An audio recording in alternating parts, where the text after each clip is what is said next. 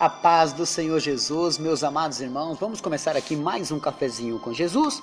Algumas pessoas não entenderam ainda, né? E estão me perguntando, pastor, cadê o estudo de Gênesis, né? Eu acho que eles nem estão ouvindo esse estudo daqui, porque eu estou falando para vocês que porque a gente ainda não conseguiu terminar esse, eu não vou deixar incompleto, eu vou dar o estudo completo para vocês. A gente vai até Judas, tá? Tá combinado até Judas, certo? Então eu vou cumprir meu papel. Nós estamos na primeira carta de Pedro, e agora já está quase acabando, depois vai vir a segunda carta de Pedro, aí vem João 1, João 2, João 3, Judas e acabou. E são tudo cartas pequenininhas, então rapidinho a gente termina, tá? Aguenta só mais um pouquinho. Bom, ontem nós paramos no capítulo 3 e o verso 22, agora nós vamos começar o capítulo 4, né, de Pedro, de 1 Pedro, vamos lá? Ora, pois, já que Cristo padece por nós na carne, armai-vos também vós com este pensamento, né? É como se fosse uma arma no seu pensamento. Se prepara, se arma com esse pensamento. Que aquele que padeceu na carne já cessou do pecado, para que no tempo que vos resta na carne, não vivais mais segundo as concupiscências. Lembra do que significa concupiscências? Tá. Dos homens, mas segundo a vontade de Deus, porque é bastante que no tempo passado da vida fizéssemos a vontade dos gentios, andando em dissoluções, concupiscências, borracherias, grutonarias, bebedices e abomináveis idolatrias, né? E acham estranho não correrdes com eles no mesmo desenfreamento de dissolução, blasfemando de vós, né? Agora veja o verso 5. Os quais hão de dar conta ao que está preparado para julgar os vivos e mortos. Quem é que vai julgar os vivos e mortos? É Cristo. E ele julgando os vivos e mortos, né? Todos vão ter que dar conta do que fizeram. Tá entendendo? Verso 6. Porque por isso foi pregado o evangelho também aos mortos, para que na verdade fossem julgados segundo os homens na carne, mas vivessem segundo Deus em espírito. E já está próximo o fim de todas as coisas. Portanto, sede sóbrios e vigiai em oração. Mas, sobretudo, tende ardente caridade uns para com os outros, porque a caridade cobrirá a multidão de pecados. Caridade aqui é o amor, tá? Verso 9. Sendo hospitaleiros uns para com os outros sem murmurações, cada um administre aos outros o dom como recebeu, como bons despenseiros da multiforme graça de Deus. Eu tenho o dom de revelação, eu vou revelar aquilo que o Senhor me passar. Se eu ficar guardando a revelação só para mim, significa então que eu estou negando fazer aquela obra do Senhor, né? Verso 11. Se alguém falar, fale segundo as palavras de Deus. Se alguém administrar, administre segundo o poder de Deus. Dá aquilo que Deus dá, para que em tudo Deus seja glorificado por Jesus Cristo, a quem pertence a glória e poder para todos sempre. Amém. Verso 12. Amados, não estranheis a ardente prova que vem sobre vós, para vos tentar, como se coisa estranha vos acontecesse. É lógico que toda a prova, quando vem em cima de um cristão, não é que Deus colocou aquilo, né, meus irmãos? Às vezes Deus permite, tá? Algumas coisas Deus faz, algumas coisas Deus permite. Deus não tenta ninguém, mas deixar você numa prova, Ele pode deixar por um certo tempo para ver como é que você vai reagir naquilo, tá? Você tem que usar as armas que você tem. Ser cristão deitado numa gelatina é fácil. Ser cristão numa cama de prego é diferente. Verso 13. Mas alegrai-vos no fato de serdes participantes das aflições de Cristo, para que também, na revelação de sua glória, vos regozijeis e alegreis. Se pelo nome de Cristo sois vituperados, bem-aventurados sois, porque sobre vós repousou o Espírito da glória de Deus.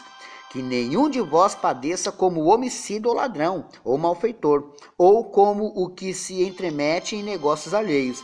Mas, se padecer como cristão, não se envergonhe, antes glorifique a Deus nesta parte. tá? Não fica naquele negócio lá, a gente é cristão, não vai passar prova. A gente vai passar prova sim. Você tem que tomar muito cuidado com o que alguns pregadores ficam ensinando, né? Uma igreja triunfante. Isso na verdade está errado. A igreja vai passar por luta sim. Jesus mesmo disse, no mundo tereis aflições. E essas aflições nos fazem mais forte ainda, por incrível que pareça. Verso 17. Porque já é tempo que comece o julgamento pela casa de Deus. Então, o julgamento vai começar por onde? Pela própria casa do Senhor. E depois aos ímpios, né?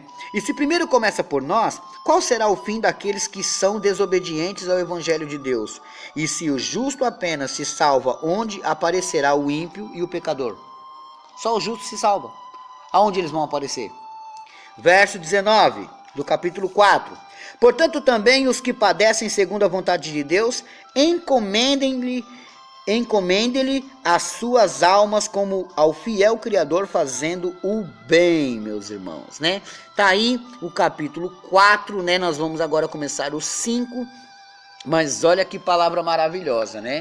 Você sabe, você vai padecer, você vai sentir, meus irmãos, a gente é cristão e sente dor de dente, sente dor de barriga, a gente sente, muita coisa vai acontecer conosco, nem sempre, mesmo sendo cristão, tendo a maior fé, nem sempre as coisas vão dar certo, algumas coisas acabam dando errado, mas tudo isso é para o nosso bem. Por quê, pastor? Porque isso nos faz ser pacientes na tribulação, oh glória, é isso mesmo que Jesus quer, que a gente seja paciente também, né?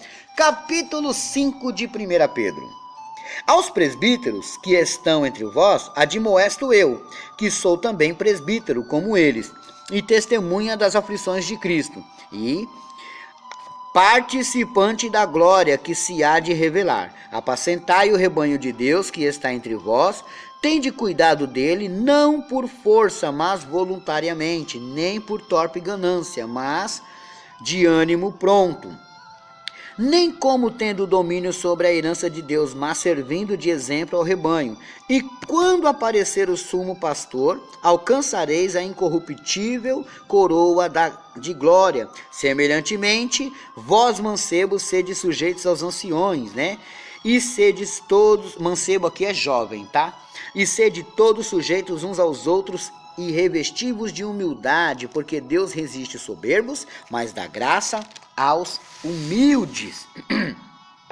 Verso 6. Humilhai-vos, pois, debaixo da potente mão de Deus, para que a seu tempo vos exalte, lançando sobre ele toda a vossa ansiedade, né? Então aqui está um outro segredo. Toda ansiedade nossa tem que ser lançada ao Senhor. Tudo isso nós temos que chegar e fazer. Não é que ele já sabe. Tudo bem, ele já sabe, mas ele quer ver você falar. Você já entrou no quarto da oração hoje? Poxa, eu estou na minha campanha, eu fiz o meu jejum, mas você está fazendo a sua parte? Que legal que você está, mas se você que não está, faça. Comece a ter um compromisso com Cristo, tá? Lançando sobre ele toda a vossa ansiedade, porque ele tem cuidado de vós. Sede sóbrios, vigiai, porque o diabo, vosso adversário, anda em derredor, bramando como um leão e buscando a quem possa tragar, ao qual resiste firmes na fé, sabendo que as mesmas aflições se cumprem entre os vossos irmãos no mundo, né? Então a mesma luta que eu passo aqui, outros irmãos pelo mundo estão passando também, meus irmãos. Ninguém está separado disso, né? Ah, eu não passo, o outro passa. Não, todos nós estamos passando vários tipos de aflições, tá? E tem aqueles que são campeões, tem aqueles que não são. Como é que você terminou o dia de ontem? Derrotado? Comece o dia diferente hoje. Lute para ser campeão. Amém? Verso 10. E o Deus de toda a graça, que em Cristo Jesus vos chamou à sua eterna glória, depois de haverdes padecido um pouco, ele mesmo vos aperfeiçoará, confirmará, fortificará e fortalecerá. E a ele seja a glória e o poderio para todo sempre. Amém. Por Silvano, vosso fiel irmão, como cuidado escrevi abreviadamente, exortando e testificando que esta é a verdadeira graça de Deus, na qual estáis firmes. A vossa coeleita em Babilônia vos saúda. E meu filho Marcos, saudai-vos uns aos outros com ósculo de caridade, né? Paz seja com todos vós que estáis em Cristo Jesus. Amém. Aqui a gente termina a primeira epístola de Pedro. Glórias a Deus por isso, né? Amanhã a gente já começa a segunda epístola de Pedro. Que maravilha, meus irmãos. Deus abençoe. Vamos lá? Vamos para os aniversariantes, né? E a lição de casa. A lição de casa de hoje é Salmo 97:7. 97:7, né? Aniversariantes de hoje. A senhora Geralda Fernandes, ela é mãe da irmã Maria, e a irmã Geralda é lá de Santa Cruz das Lajes, Goiás, né? Irmã Geralda, um grande abraço do pastor Alex, feliz aniversário à senhora, Deus abençoe grandemente a sua vida. Que maravilha, né? Olha, a Sandra Bastos também está fazendo aniversário hoje, e a Sandra é lá do Rio de Janeiro, né? Glórias a Deus, Deus abençoe a sua vida, feliz aniversário, varoa. Meus irmãos, você quer receber mensagens iguais a do Cafezinho com Jesus? Tem um irmão chamado Rafael. E o número dele é o prefixo 82 9155 6697. Ele apresenta o programa Maná do Céu. Chama ele lá e ele vai adicionar você e mandar também para você mensagens maravilhosas, né? Bom, deixa eu passar aqui também as rádios que passam o Cafezinho com Jesus, né? Olha só que bênção. Deixa eu só dar uma olhadinha aqui. Olha, eu tenho a rádio Sintonia FM, lá da cidade de Teófilo Otoni, Minas Gerais, com o irmão Airan Rolim. Também tenho a Rádio Web Paraíso, com o pastor Cícero Araújo, lá de Minas Gerais, também. Também tem a Rádio Tarum FM, baixe pela Google Play, com o irmão Deneval, lá de Santa Catarina, né?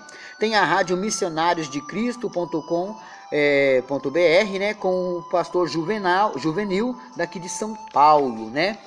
Também temos, meus irmãos, a rádio... Deixa eu só dar uma olhadinha aqui, que agora acho que... por hoje...